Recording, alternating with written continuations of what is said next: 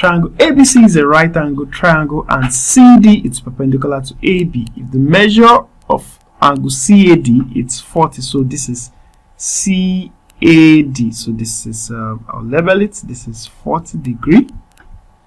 What is the measure of DCB? So we are looking for here. So remember, this is 90 degree from the symbol. Whenever you see this, know it's 90 degree. Okay, so with this, in order to solve this question, now you know this is a big triangle. So here it's 40, here's 90. So the total of here, this is 90 degree. So we want to get here. So let's look for angle ABC. An angle ABC.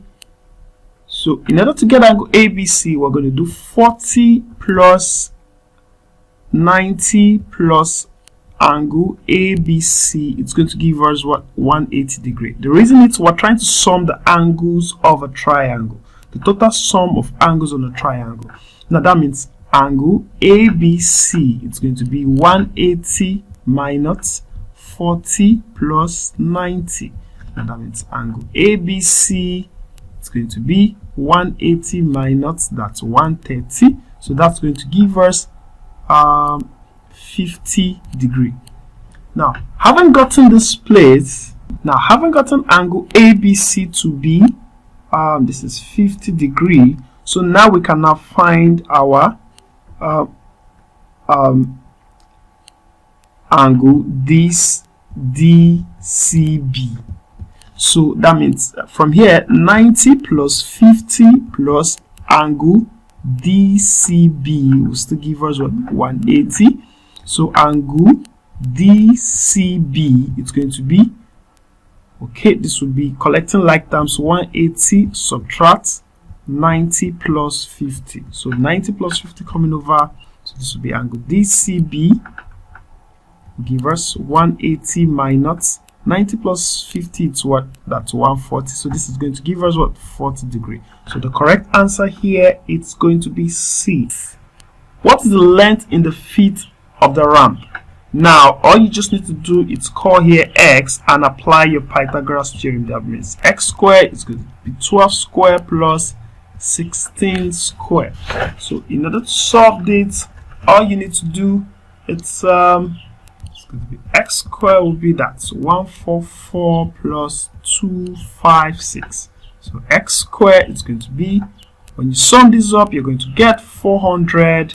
So this x will be square root of what? 400, which is going to be 20. So the correct answer here, it's option C. I'll mark my C.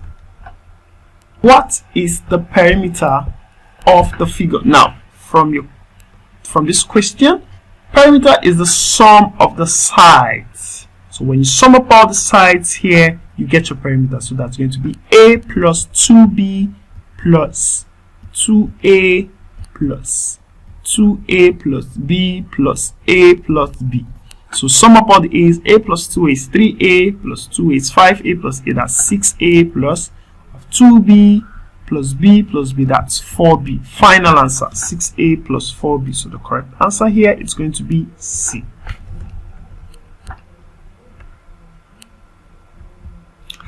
This next question says a rectangular dining room has a floor area of 322 square feet. If the length of the room is 23 feet, what is the perimeter? Now, first of all, I need you to understand that in this question you've been given the area. So the area is 322 feet square. So now remember, your length times your width gives you your area. So that means if we have 23 multiplied by width, it's going to give us what? 322. So our width, it's going to be 322 divided by 23. So when you do 322 divided by 23, you are going to get 14 feet. So having established that this is 14, so you know here it's going to be 23 and here it's going to be 14. So what's your perimeter?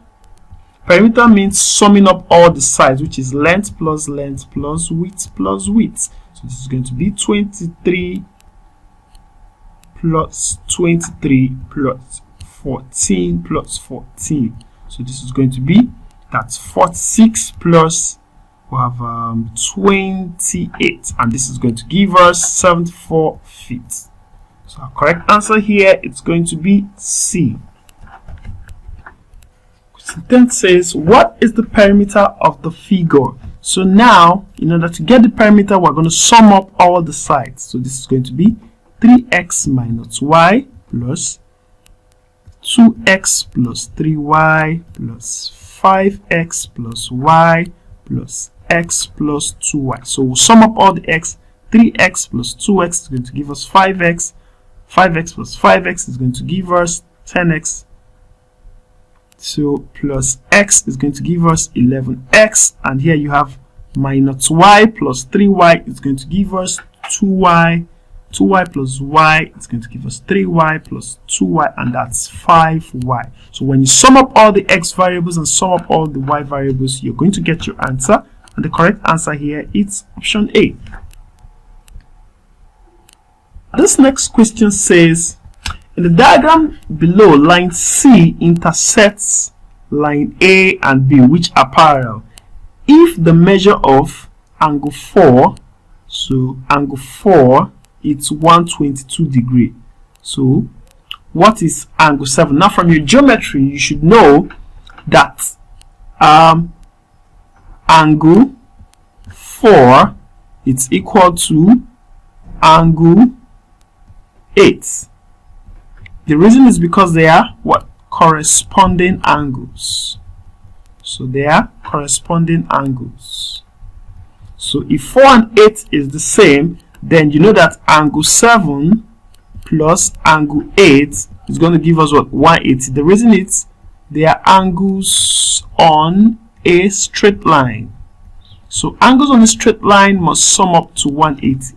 So now, if angle 7, this means angle 7 plus, remember angle 8 is the same thing as angle 4, and that's going to give you 122, which is 180. Therefore, angle 7 is going to be 180 subtract 122.